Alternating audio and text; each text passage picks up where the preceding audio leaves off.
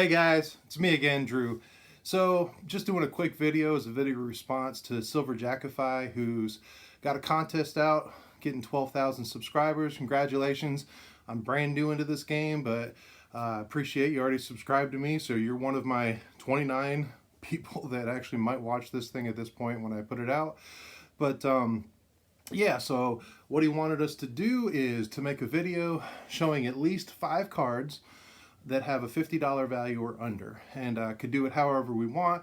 Can do it on a favorite player, that kind of thing, whatever.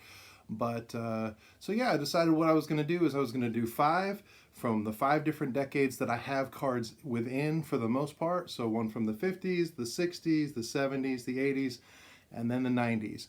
And yeah, just a lot of fun kind of thinking which cards I'm going to put out there. But there's a little cheat on one of those decades, but I think once you see it, you'll understand why. So let's go check out those cards.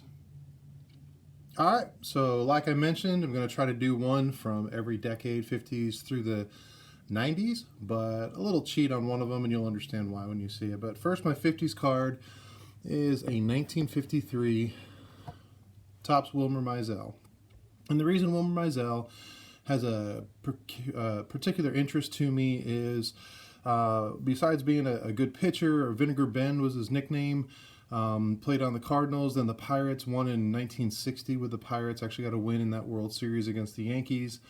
But after his career, he went on to some politics, and actually by the time I had first heard of him, which was in the early 90s or maybe 1990, but anyway, he was the chairman of the board of directors for the college that I went to. And when I graduated from that college, not only was he on stage and shook my hand as I walked across and grabbed my diploma, but he also signed my diploma. So I guess it's an autograph, or is it a signature? Not really sure, but Wilmer Mizell, good pitcher back through the 50s, and that's my 1950s. 1960s is my 1961 baseball scoops. I think this is a great little set. This is a Pee Wee Reese. I've got a few different cards.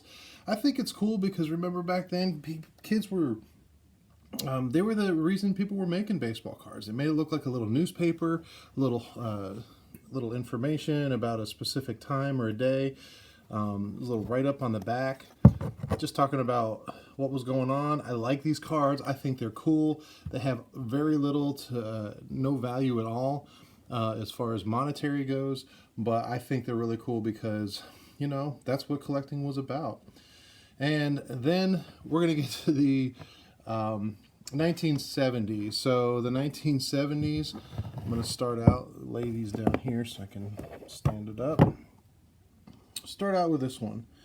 This is a 1978 Bob Lacey that you could see is absolutely miscut. Terrible miscut. Now, think about 1978. This is the first year I collected cards, or at least I had ever seen cards. I really didn't actively collect it. Somebody gave my brother a box full of cards in this year, and we studied them. But this card is miscut. Terrible, terrible miscut. And what I think is cool is I actually have a few of these cards, and what I have is 4 of them that when lined up actually were all miscut from the same sheet. Again, not a super valuable thing, but definitely in my display case that I keep, and just a lot of fun to have those cards all miscut from the same sheet, and just kind of cool. No stars, maybe Charlie Huff, probably not, I don't know. But the point is just real fun, nice to look at, whatever. And then we're going to go with my 1980s. So my 1980s is where I'm going to fudge a bit. I'm going to say it's 1980s because I'm sure it was printed in 1980s, but it wasn't released till 1990s. But my 1990 Leaf Sammy Sosa rookie card. And I'll tell the story quickly. This card is the only card that my mother ever gave me, ever bought for me. She knew I was into cards. She wanted to do something. She didn't quite understand any of how it works. And one year for Christmas, she looked up, this was, Sammy Sosa was one of the hottest things in, I don't know, the early 2000s, collecting his stuff. And she went on eBay and she bought this specific card.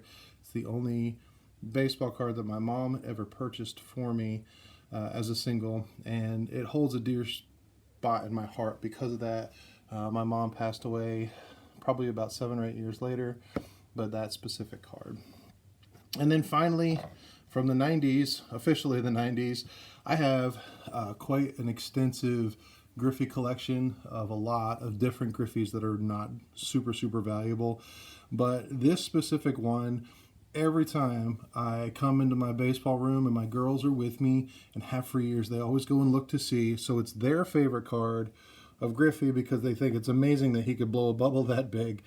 But I think it's 94 Pinnacle, and just this great picture of Griffey, being a kid, blowing a bubble, hat on backwards, big surprise, obviously staged, but a lot of fun. And so yeah, so there's my picks. I appreciate the contest, appreciate the opportunity just to do it. Never done one before, but anyway, I certainly had fun doing it, and hope you guys have a great day, and you be good.